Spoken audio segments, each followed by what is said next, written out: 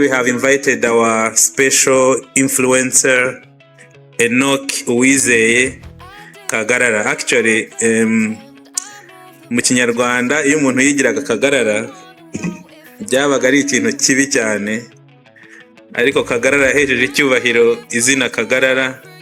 So twagutumiye kugira ngo tukwereke ko wahesheje ishema content creators, especially muri category y'aba content creators bafite ubumuga.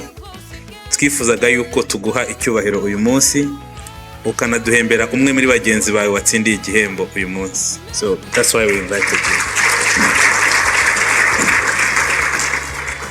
you. Icya kabiri, ngira ngo nyuma yo kugutumira turashaka yuko nyine wanadufasha no mu kudesigninga uburyo twubaka politike y'ubuhanzi ariko idaheza, yibuka buri gihe n'igice cy'abahanzi, content creators, artists, people in the creative industry who have disabilities. So I want you to help us to champion our inclusive art policy.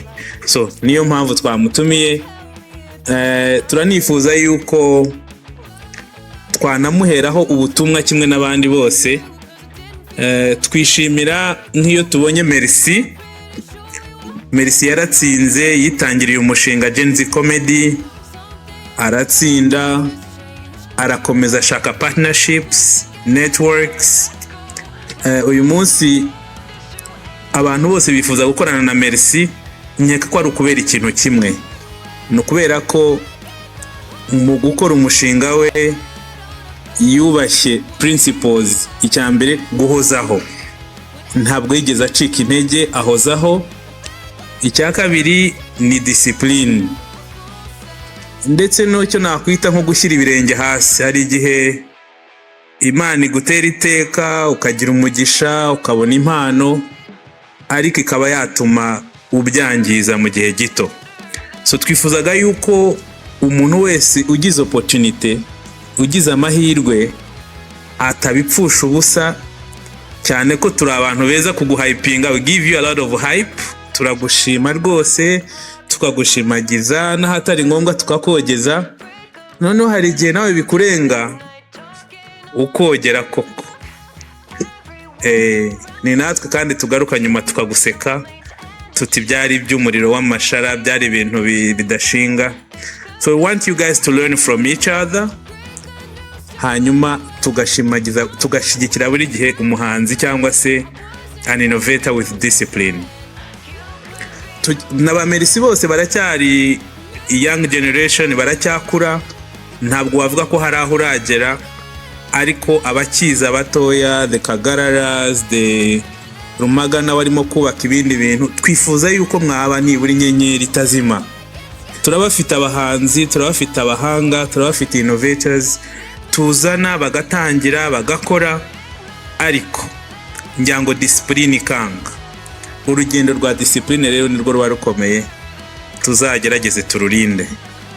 So twifuza ko rero twakwakira Kagarara, ariko nawe akamenya ko ni time yo kugira ngo ibyo akora niba asanzwe abikora ntahite abihindura ngo ajye kure, yitandukanye nabo yabanaga nabo, hanyuma n'abandi bose bashaka kuba bagira icyo bamufasha. We wanted to tell even the partners, if you want to do something for the people with disability, he can be a very good brand ambassador.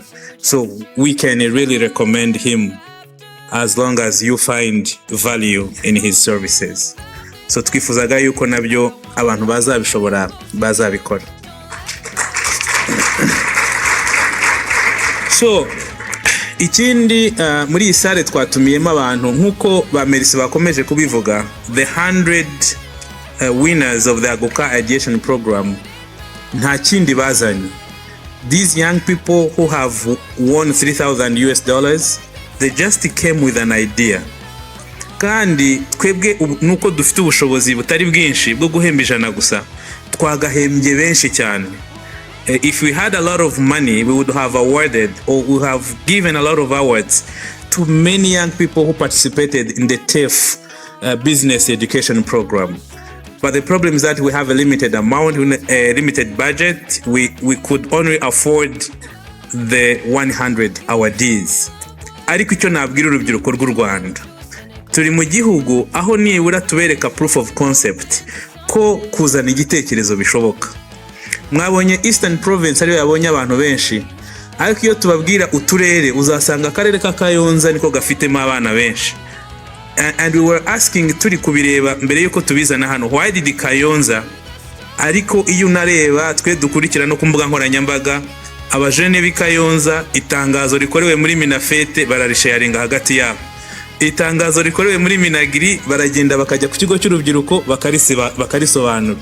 Ubu Youth Connect Awards twatangaje ko dushaka ko abantu ba-applyinga this year.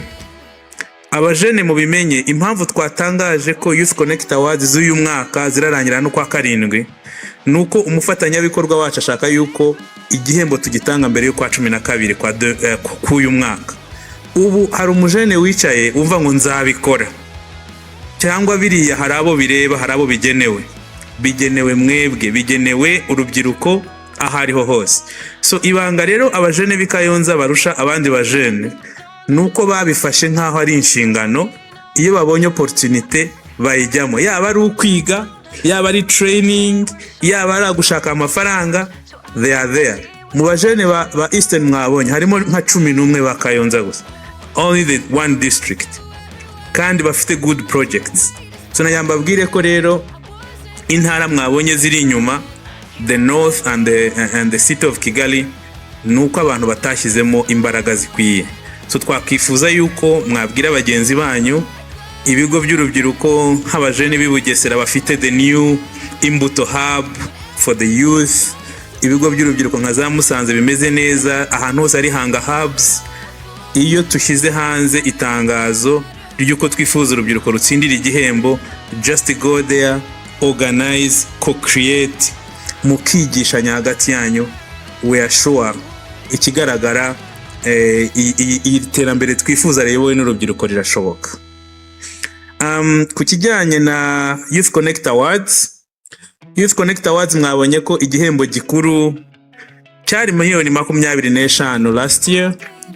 Uyu munsi twagihanantuye tukigira miliyoni 15, nukubera ko twifuzaga ko hahembwa benshi. So buriya twayagabanyije benshi mu bantu bahembwe, kandi muzi ko uyu mwaka nibura abajene 270 kuri buri karere, buri umwe twamuhaye miliyoni. Twishimira gukomeza gukora ibi bintu kubera ko twakoze ubushakashatsi icyo twise Tracer Survey, dusura imishinga twahembye aya mafaranga, dusanga nibura mu mishinga 10, 7 yose yarakomeje, kandi uwo twahaye miliyoni yatweretse ko yamaze kunguka izindi 3, kandi uwakoraga wenyine yarasigaye akorana n'abantu 3, yari yarahaye akazi abandi 3. So nukuvuga ngo bino bintu birakora kandi bibyara umusaruro. Tukaba twifuza ko our partners continue the support, so that the Aguka, both Ideation, Youth Connect Awards, Art Connect, Agri Connect, so that we can continue to award these innovators. Icyanyuma nsorezaho nuko uko mugiye gutangira imishinga muzahura n'ibibazo, challenges.